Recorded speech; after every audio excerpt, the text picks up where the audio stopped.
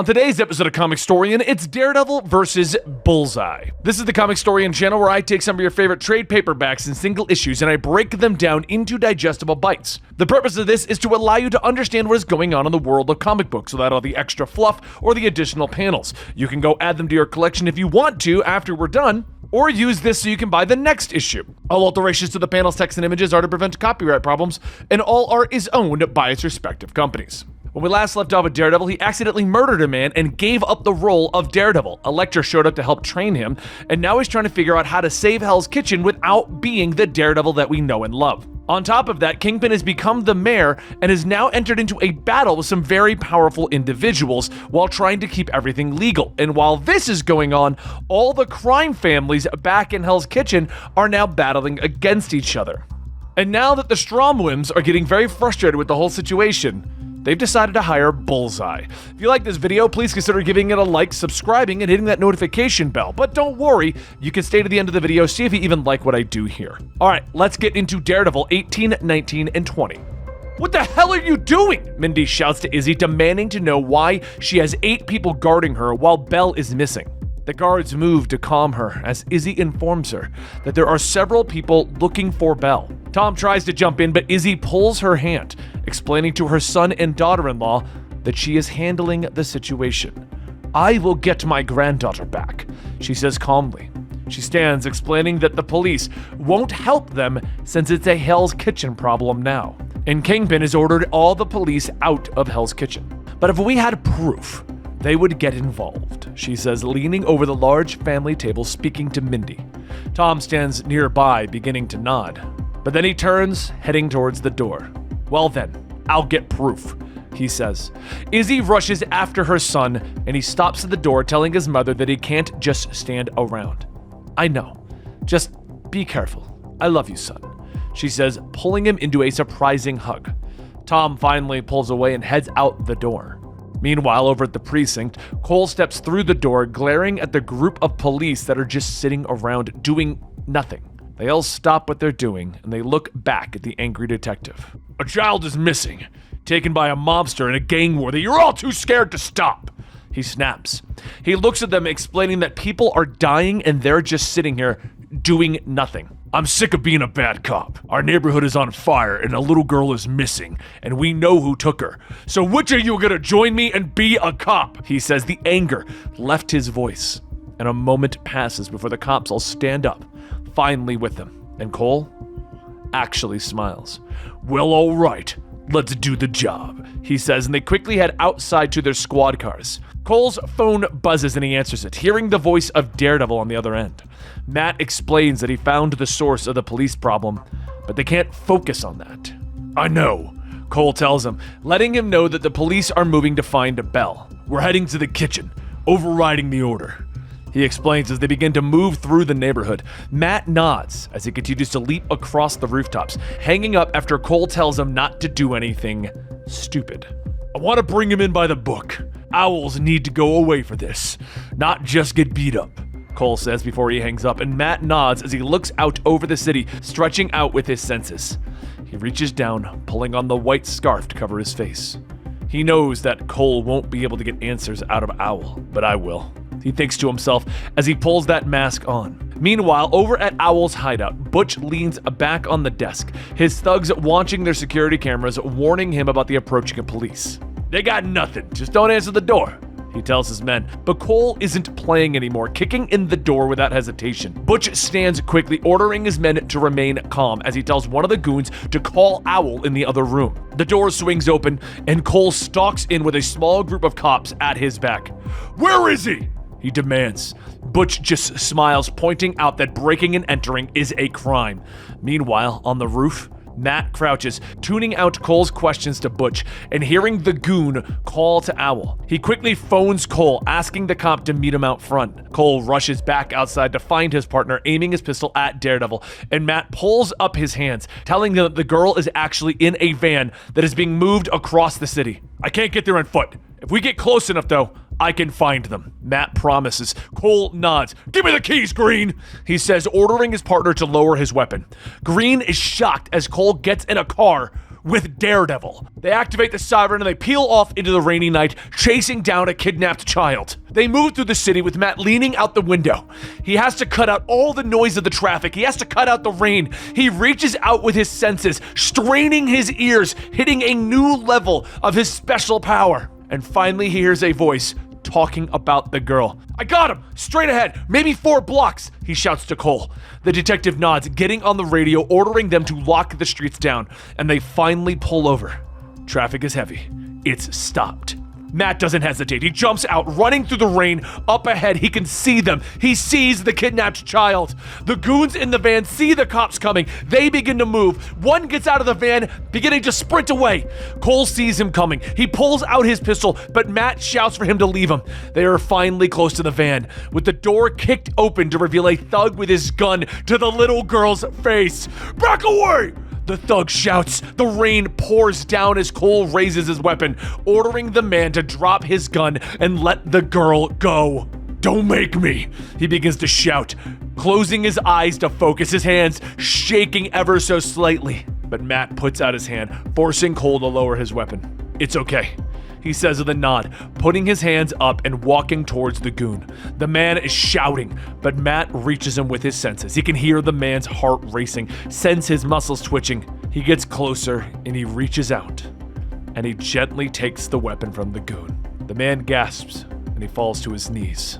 This man is no killer of children, and Matt knows it. He turns, giving a nearby officer the gun, and then he turns back to Cole, telling him that they've got to get back to the kitchen. Those guys are going to talk, and when Owl gets word of this, it's going to be a war in the kitchen. Meanwhile, back at Owl's house, Tom moves through the shadows, putting his pistol to a guard's head. "Take me to him," he snaps. The guard smiles. He knows who Tommy Libris is. He knows that he is the soft member of the Libris crime family. He reaches out, grabbing the gun, twisting and punching Tommy in the face. "Sure thing, bookstore boy. I'll take it to him," guard says as he stands over Tommy. They drag him into the Owl's greenhouse, throwing him on the floor at Owlsie's feet. "Ah, if it isn't Daddy. What a surprise." Owl scoffs. Tommy begins to curse the gangster, but the Owl turns away as his phone buzzes. Finally, he turns back to Tommy. "Well, Mr. Libris, I have some good news for you. It seems that your daughter is safe," he says. Tommy is shocked as the Owl turns away, the gangster telling Tommy that he knows that Izzy got out of the drug business when her oldest son died of an overdose. How would she react to another one of her son's deaths? The cause being her criminal empire, he says as he turns around, shooting Tommy in the face. At his home, Wilson Fisk sits in his bed, reading the paper, but he's interrupted when Wesley walks into the room, holding up a phone, telling him that it's the Stromwyms. Fisk answers, and Quinn Stromwym is nothing but polite on the other end of the phone, explaining to Fisk that they feel that he has lost control of the city, of its criminals and its vigilantes. "So we're going to purge it. Start fresh. No hard feelings," Quinn says from his yacht. At the docks, 2 workers turn their heads as a tanker begins to open up, and a knife flies out of the darkness, stabbing one of the workers in the forehead. "Excuse me, which way is Hell's Kitchen?" Bullseye says with an evil smile.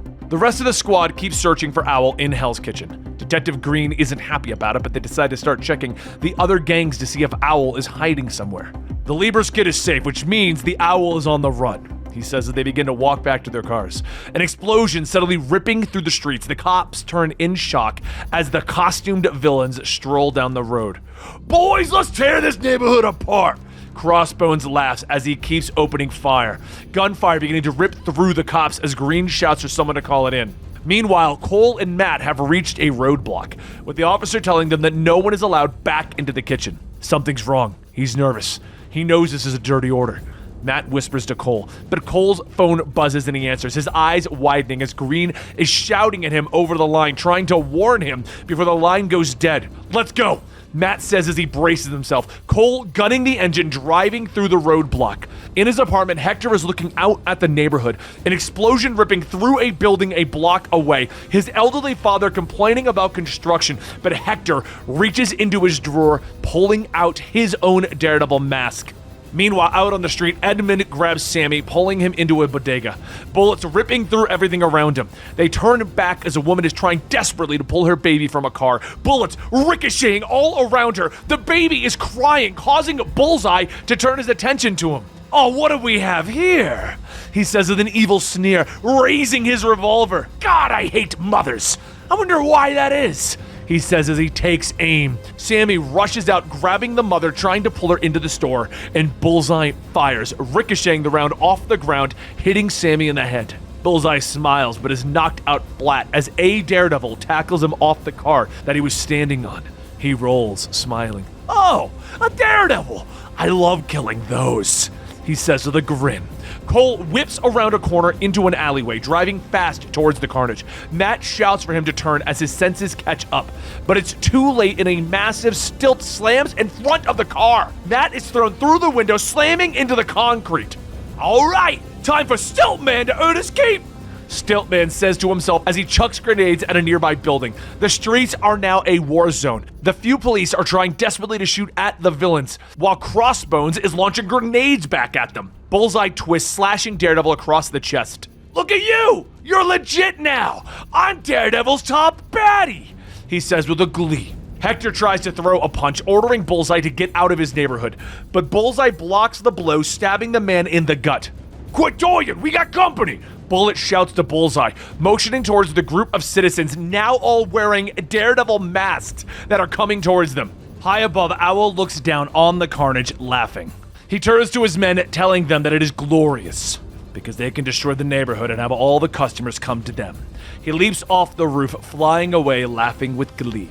Meanwhile, Cole wakes up covered in small cuts, rubbing his neck. He gets out of the car quickly, checking on Matt, discovering that he's alive, but he doesn't have time to stop. He looks up to see the citizens of Hell's Kitchen trying to fight back, but they are outmatched. One guy tries to hit Crossbones with a bat, but the man grabs it, beating the man. Bullet backhands another man, but turns in time to get punched across the jaw by Cole. Meanwhile, over at the church, Sister Elizabeth is shouting for the people to get inside, and she turns as Rhino pushes over a car walking towards him. Smart. I ain't into smashing churches, or people for that matter, but I'm being paid to destroy everything, so you got 10 minutes to clear the church. He snarls at her. Sister Elizabeth goes inside, fear across her face. She looks at the priest, ignoring his questions, rushing deeper into the church. Meanwhile, across the city, Wilson Fisk looks down, seeing the destruction from his penthouse. Wesley walks up behind him, reporting on it so far. And over with Matt, he wakes up at the car wreck, struggling to his feet, and he stands as someone staggers closer, and Hector falls against him, blood dripping from his wounds. Matt looks up and he can sense the people of Hell's Kitchen trying to help each other. He knows that they are wearing the Daredevil mask, taking back the symbol that he tarnished by giving it up. I tried. Hector coughs at him weakly, and Matt nods, pulling up his mask, telling Hector to hold it against the wound. You did fine. You did good, he says to the dying man, but Hector passes in Matt's arms. Tears fall down Matt's face as he lays Hector on the ground, but now the tears are gone, and determination fills Matt Murdock's body. Meanwhile, back at the church, Elizabeth is lighting candles, telling the father that they only have 10 minutes, but a smile begins to spread across her face as she begins to remember. She remembers who she really is and why she was put here. She was placed here by Wilson Fisk to start a better life, and she laughs and the candles light by themselves. Sister Elizabeth? The father asks as she removes her habit. No, father. Call me Mary, she says with an evil grin as she turns, and Typhoid Mary has returned. Bullseye turns from the fight. He smiles as another Daredevil approaches him. God, really? Is there no end to the fakes? He says as he throws his knife, but Matt moves fast, grabbing it out of the air, striding towards his enemy. Not fake, Lester. Just Daredevil. He snaps. Daredevil, once more. Cole keeps fighting with Bullet as the other citizens try to help him. A billy club flies through the air, slamming into Bullseye's jaw. He flips over a car, moving fast, going towards the marksman and Crossbones. Huh? I was told you were dead, he notes as he opens fire, but Daredevil ducks under the gunfire. As he stops, he looks up to see Stiltman bombing more buildings, and he knows that the joke villain is more dangerous now than ever. He turns, running towards him. Maybe you are dead, coward. Crossbones whispers as he reloads, and Stiltman heads towards the church, ignoring Rhino's shouts that the church still has a minute. He lets loose with a grenade, but Daredevil's nightstick flies through the air, detonating the grenade midair. Rhino grunts, turning back to the church, prepared to do his job, but the doors swing open, revealing Typhoid Mary. Big man sent to do a big job, sent to fail, she says with a crazed laugh. Matt looks in shock, surprised that Mary managed to wake up. She waves her hand, flames sprouting on the back of Rhino. I love a good riot, but a place of worship? She asks. Rhino whirls, backhanding her away, and Daredevil moves fast, catching her. My hero, miss me? She asks with a smile. He looks at her for a moment before ordering her to lure Rhino west and try to knock him into the river. Bossy, I'll allow it, she says as she runs off, hitting Rhino with more flames. And with that taken care of, Daredevil leaps into the air, flipping up to Stiltman. The villain tries to hit him with a bomb, but Daredevil avoids it, stabbing Bullseye's knife into the villain's armor. I'll kill you for this! Stiltman shouts as he drops his bomb, but the grenade goes off against his own stilts, destroying them, sending them both plummeting towards the street below. Daredevil steers Stiltman towards a car, crashing into it, taking him out of the fight. He then turns back to see Cole trying to warn him, and he whirls in time to leap over Bullet's head. Don't make this harder than it has to be, Red! Bullet snaps as Crossbone keeps firing at them.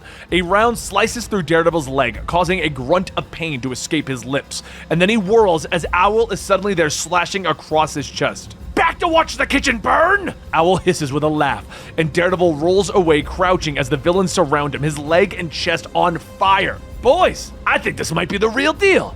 Owl says with a smile, and Crossbone nods, taking aim. Sorry, pal. If you ain't the real deal, you still put up a half-decent fight, he says, but he's interrupted as a rock bounces off of his head. They turn to see the citizens of Hell's Kitchen rushing them, some wearing Daredevil masks, all trying to help. Crossbones reaches out, grabbing a man by the throat, lifting him into the air. Get your hands off my citizens! Fisk snarls, his massive fist slamming into Crossbones' face. Daredevil whirls, kicking the Owl in the back until he is back-to-back with Fisk. Keep a lookout for Bullseye, he's MIA, Daredevil tells the mayor, but Fisk just glares at Daredevil over his shoulder. I'm not helping you. This is my city, and anyone who thinks otherwise needs to learn respect, he snaps. They both turn as Rhino comes pounding towards them, still chasing Mary. Hey, Handsome, you need to update your files, because the big man can swim, she shouts with glee. Rhino runs through them, throwing everybody away, and Daredevil hits the ground hard, but manages to roll up. He turns as Foggy comes rushing through the carnage towards them, shouting that they should run, but Matt shakes his head, telling his friend that he can't. Foggy nods, reaching into his bag, pulling out one of Matt's billy clubs. Damn it, Matt!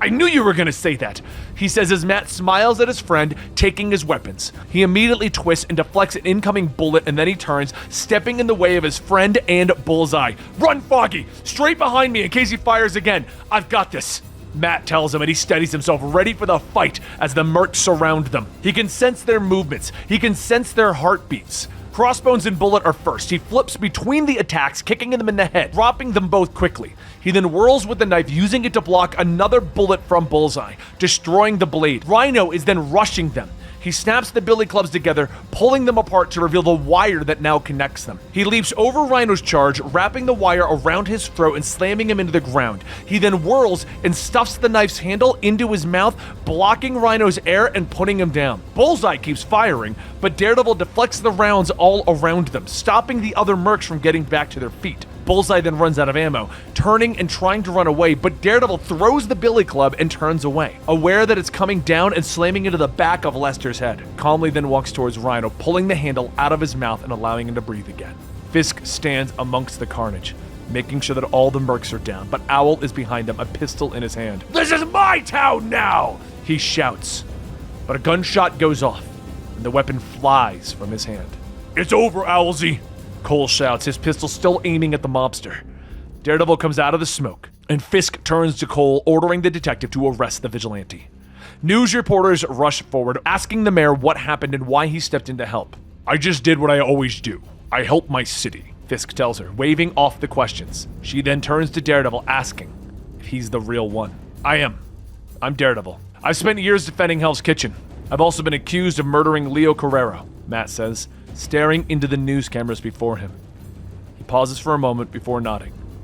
Which is why I'm turning myself into the authorities, he says to everyone's shock.